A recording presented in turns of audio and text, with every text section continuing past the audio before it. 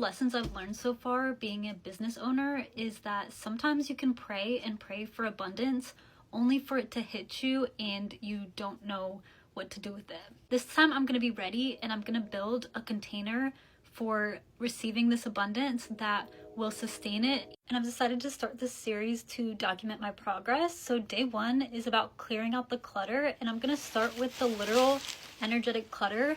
And I'm going to go through my old clothes and just kind of see what still aligns with me and what no longer aligns with me. I think it makes a lot of sense to do this on day one because clothes kind of represent like identity, memory, self-image, and frequency all at once. By actually going through them and like each article of clothing, thinking about how it makes you feel to wear it and like things that you associate with that clothing, whether it's like physically comfortable or even just like memories that you hold attached to it, going through them becomes a visible way of saying I am making room for a version of me who can hold more.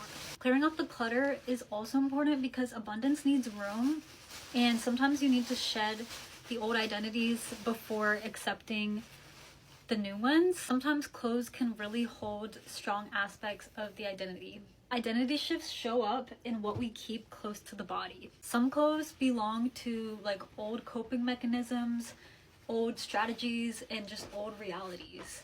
And there comes a time when it's a good idea to purge. An important thing to remember is that release is part of receiving.